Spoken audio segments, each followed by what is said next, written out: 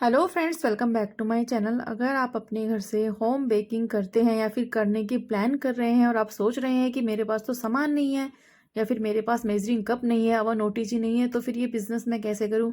तो चलिए आज मैं आपके सारे सारे टिप्स एंड ट्रिक्स शेयर करूंगी। बिना मेजरिंग कप के, बिना अवन ओटीजी के आप घर से ये बिज़नेस कैसे शुरू कर सकते हैं। प्रोफेशनल तरीके की बेकिंग हो जाएगी। बिना सीखे आप अपने घर से अच्छा खासा मंथली अर्न कर सकते हैं। तो जैसे मैंने यहाँ पर लिया है खाना बनाने वाला चमचा, इसमें डाला है मैंने रिफाइंड ऑयल और उतना ही मैंने इसमें डाला है दही। आधा किलो केक का मेजरमेंट मैं यहाँ पर आपको दे रही हूँ कि आपको कैसे बनाना है। 1/4 कप मैंने लिया रिफाइंड ऑयल, 1/4 कप ताजी दही। अगर आपके पास ये मेजरिंग कप नहीं है तो खाना खाने वाली जो चम्मच होती है ना, 4-4 चम्मच दोनों चीज़ें ले लीजिएगा। और ये आ गई घर की पिसी हुई चीनी। बेकिंग करने के लिए कास्टर शुगर जो होती है महंगी पड़ती है, बाजार से बिल्कुल ना लाएं। घर की जो चीनी होती है उससे पीस कर स्टोर कर लीजिएगा किसी डब्बे में, उसी को इस्तेमाल करिएगा। अगर कई बार ऐसा होता है कि चीनी रखे रखे उसमें गांठें पड़ जाती है, तब आप चीनी को एक बार पीस लीजिएगा, उसके बाद इस्तेमाल करिए। आधा कप या फिर आधी कटोरी प्लस खाना खाने वाली 2 चम्मच इसमें डालेंगे पिसी चीनी। पाइनएप्पल एसेंस डाला है मैंने। यह है बलून विस्कर, इजीली आपको किसी भी बर्तन की शॉप पे मिलेगा। ये ज़रूर चाहिए हमें बेकिंग करने के लिए। और एक बड़ा बर्तन, इसमें सारी चीज़ों को 30 सेकंड के लिए मिक्स कर लीजिएगा। रूम टेम्परेचर वाला आधा कटोरी दूध इसमें ऐड करिएगा। अगर आपके पास मेजरिंग कप है तो बहुत अच्छी बात है, अगर नहीं है तो आप किसी कटोरी की मदद से भी मेजरिंग कर सकते हैं। फिर ले लेंगे एक ऐसी बड़ी छलनी। जब भी आप बेकिंग का प्लान करते हैं तो कुछ टूल्स हमें उसमें लगते हैं, जैसे कि मेजरिंग कप, बड़ा बर्तन, छलनी, विस्कर और मेजरिंग स्पून्स एंड ऑल। अब यहाँ पर मैंने ले ली है 1 कप मैदा, प्रॉपर 1 कप मैदा ली है मैंने। इसमें हाफ छोटा चम्मच मैंने डाला है बेकिंग पाउडर। और जितना बेकिंग पाउडर डालते हैं उसका आधा डलता है बेकिंग सोडा। और एक चुटकी भर के नमक। नमक डालने से मीठी चीज़ों का स्वाद उभर के आता है, लेकिन हलवे वगैरह में मत डालिएगा। बेकिंग में स्पेशली चीज़ों का टेस्ट उभरता है। सारी चीज़ें छान लीजिएगा। उससे पहले कोई भी केक का टिन जिसमें आप बना रहे हैं उसे रेडी कर लीजिएगा। मैंने 6 इंच का केक टिन राउंड शेप में कर लिया है तैयार। घी, बटर, तेल कुछ भी आप लगा सकते हैं। जब भी केक बनाते हैं सरसों के तेल का इस्तेमाल नहीं करते हैं, ना ही ऑलिव ऑयल का। कोई भी न्यूट्रल फ्लेवर का रिफाइंड ऑयल इस्तेमाल किया जाता है। आप चाहे तो बटर भी इस्तेमाल कर सकते हैं, लेकिन बटर डालने से केक थोड़ा हार्ड बनता है, बिकॉज हम उसे बनाकर फ्रिज में रखेंगे तो वो थोड़ा हार्ड होता है। इसलिए ज़्यादातर बेकिंग में रिफाइंड ऑयल का इस्तेमाल करते हैं।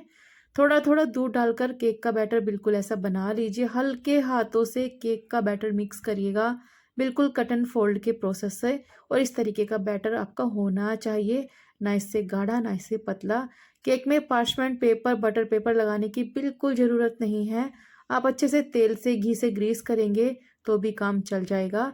लेकिन हाँ, अगर आपके पास है तो ऑफ कोर्स आप उसे लगा सकते हैं।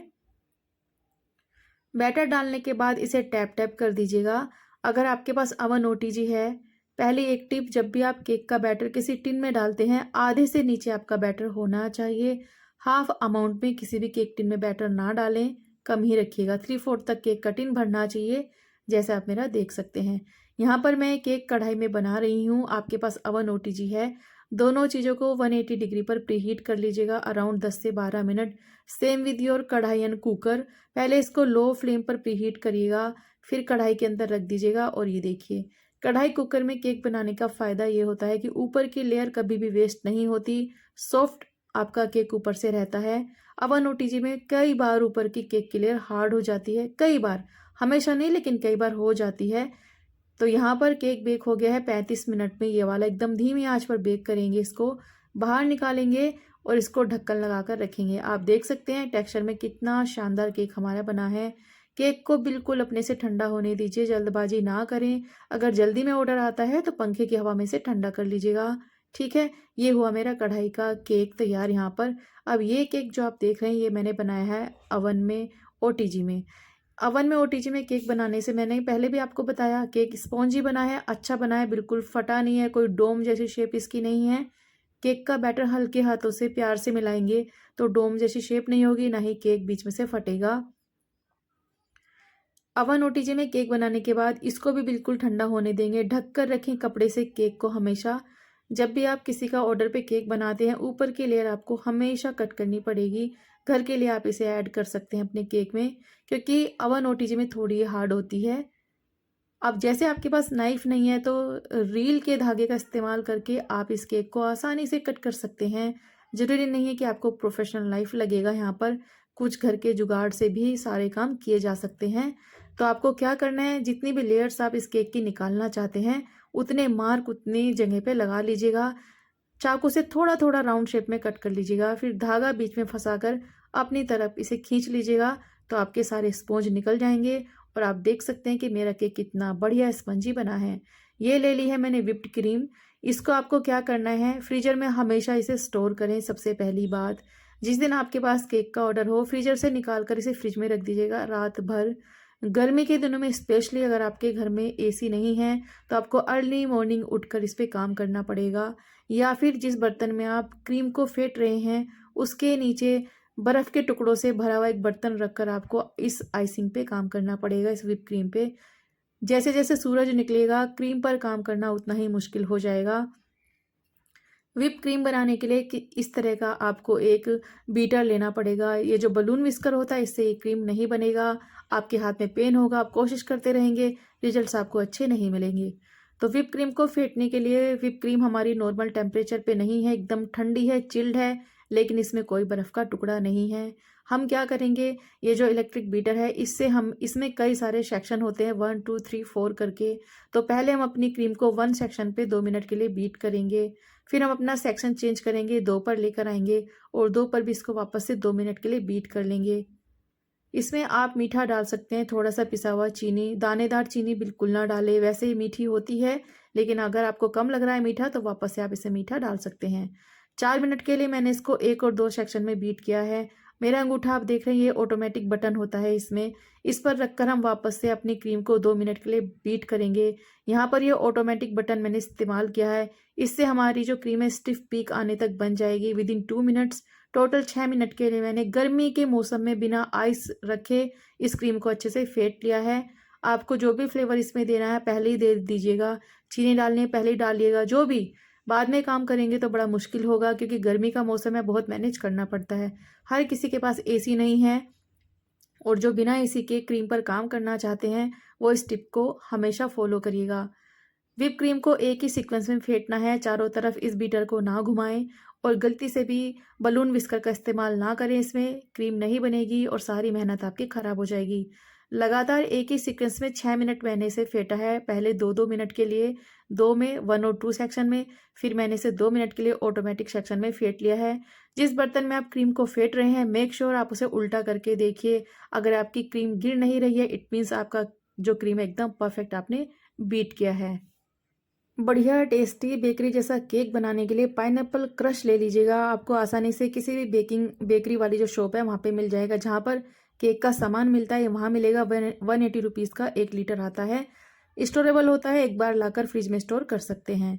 तो सबसे पहले हम क्या करेंगे, केक की एक लेयर लेंगे, और सबसे पहली लेयर हमारी वो थी जो हमने बीच में से निकाली है। बीच वाली लेयर को सबसे नीचे रखेंगे, इस पर हम ये जो हमने पाइनएप्पल क्रश को पानी में मिलाया था ये डालेंगे।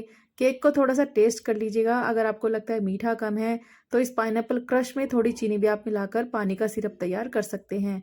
अच्छे से सारी लेयर्स पे आपको ये सिरप पोर करनी पड़ेगी। कई बार केक ड्राई बनते हैं, गले में फंसते हैं, रीज़न यही होता है कि उस पर पानी कम होता है, सिरप कम होता है। तो पहले हमने सिरप डाला, फिर हमने अच्छे से क्रीम लगाई, फिर क्रश डाला। ये प्रोसेस हम सारी लेयर्स के साथ करेंगे, और जो हमारी सबसे ऊपर की लेयर होती है ना वो हम सेंटर में डालेंगे, और जो सबसे नीचे की लेयर होती है उसको उल्टा करके ऊपर में डालेंगे। ऊपर में उल्टा करके डालने से केक की फिनिशिंग एकदम परफेक्ट आती है, केक मटके जैसा नहीं बनता है। कई बार केक मटके जैसा बन जाता है, शेप परफेक्ट नहीं आती, रीज़न आप कोई सी भी लेयर कहीं भी डालते हैं, ऐसा नहीं करना होता। सबसे नीचे की लेयर को उल्टा करके टॉप पर डालते हैं तो फिनिशिंग अच्छी आती है। एक और बात, केक को शुरुआत से ही फिनिश करते जाइएगा। जैसे जैसे आइसिंग करते हैं, आइसिंग पे काम इस तरीके से स्पैचुला लगाते हुए शुरू से ही आपको करना है। मेरे पास ये स्पैचुलाज हैं, ये जो नाइफ हैं ये हैं, लेकिन इसके बिना भी केक की आइसिंग की जा सकती है। सिंपली एक स्पैचुला लेना है आपको, कोई भी घर का, जैसे सिलिकॉन वाला स्पैचुला होता है, उससे बढ़िया आइसिंग हो जाती है। लेकिन हाँ, अगर आप प्रोफेशनल बेकिंग में उतर रहे हैं तो ये कुछ चीज़ें आपको लगेंगी, पैलेट नाइफ एंड ऑल। तो देखिए शुरुआत से ही मैं यहाँ पर फिनिशिंग देती जा रही हूँ, केक एकदम बढ़िया बनता जा रहा है। मेक श्योर करिएगा कि आपका जो केक है कहीं से वो ना दिखे। कई लोगों के लिए डिफ़िकल्ट होता है इस तरीके से आइसिंग करना, लेकिन धीरे-धीरे आप यूज़्ड टू हो जाओगे, आप प्रोफ़ेशनल आइसिंग करने लगोगे। लेकिन फिर भी अगर आपको दिक्कत आती है तो आप किसी पाइपिंग बैग में भर के ये काम कर सकते हैं, आसानी से अच्छे से हो जाएगा। उसके बाद एक स्क्रैपर ले लिया है मैंने, आप कार्ड ले सकते हैं, कोई एक्स-रे शीट घर में होती है वो ले सकते हैं। और एक्स-रे शीट कोई ऐसा नहीं है कि वो अनहाइजीनिक होती है, ऐसा कुछ नहीं है, वो सिर्फ़ एक्स-रे शीट है, नहीं तो आप फिर किसी बेकरी शॉप से शीट्स भी खरीद सकते हैं। तो यहाँ पर देखिए पैलेट नाइफ़ और स्क्रैपर की मदद से ही मैंने केक को अच्छे से फिनिशिंग दे दी है। यहाँ पर देखिए इस तरीके से जब आपको लगे ऊपर से केक आपका फिनिश नहीं हो रहा है, तो बाहर से अंदर की तरफ स्ट्रोक आपको लेने हैं, आपका केक एकदम फिनिश हो जाएगा टॉप पे से भी। और अगर आपको केक के ऊपर कोई डिज़ाइन देना है तो चिंता वाली कोई बात नहीं है, डिज़ाइन से आपकी फिनिशिंग अगर अच्छी नहीं है, तो वो ढक जाएगा। अब मैंने यहाँ पर एक कोम्ब ले लिया है, कोम्ब स्क्रैपर एक आता है, उससे मैंने इस पे डिज़ाइन दे दिया है। और यहाँ पर ये जो क्रीम है मैंने इसमें डाला है थोड़ा-सा violet colour, blue colour basically मुझे बनाना था पर्पल शेड का, ये वाली शेड है वॉयलेट शेड। ये मैंने 2 से 3 ड्रॉप डाले हैं और ये पाइपिंग बैग मैंने कर लिया है तैयार। पहले से मैंने N1 नोज़ल इसमें लगा लिया था। एक शेड मुझे पिंक कलर की तैयार करनी है, तो आधी क्रीम में मैंने पिंक कलर रेड कलर मिलाया मैंने, उसी से मुझे पिंक कलर मिल गया है। कई सारे कलर एक दूसरे के अंदर आप मिलाएँगे तो डिफ़रेंट डिफ़रेंट शेड आप घर में क्रिएट कर सकते हैं। सारे कलर्स लेने की ज़रूरत नहीं है, बहुत बढ़िया-बढ़िया श शेड्स क्रिएट हो जाती है। केक को फिनिश करने के बाद शुरुआत में मैंने आधा घंटा इसको फ्रिज में रखा ताकि बाकी का काम आसानी से हो जाए। और जैसे कि मैंने कहा गर्मी बहुत है, अगर एसी है तो एसी वाले रूम में ये काम करिएगा। जैसे मेरे किचन में एसी नहीं है तो मैं यहाँ पर किचन में अर्ली मॉर्निंग ये काम कर रही हूँ ताकि ईज़िली मैं अपनी क्रीम पर काम कर सकूँ। मैंने दोनों शेड लगाकर मर्ज कर दिया है, एक स्क्रैपर घुमा दिया और आप देख सकते हैं कितनी प्यारी शेड निकल कर आई है और केक कितना सुंदर फिनिश हुआ है। अब ऊपर में जैसे मैंने कहा फिनिशिंग की ज़्यादा ज़रूरत नहीं है बिकॉज़ हमें इस पे आइसिंग करनी है। तो मैंने पहले ये ब्लू वाले फ्लावर्स इस पे N1 नोज़ल से बना दिए और छोटे-छोटे इससे मैंने डॉट्स से भी बना दिए, जो नोज़ल से बनाते हैं ना, ये सब बना दिया। सेम मैंने पिंक कलर के क्रीम के साथ भी काम कर लिया इस पे। मुझे केक ऐसे ही बहुत अच्छा लग रहा था लेकिन क्रीम बच गई थी, तो मैंने नीचे में इसमें बॉर्डर भी बना दिया।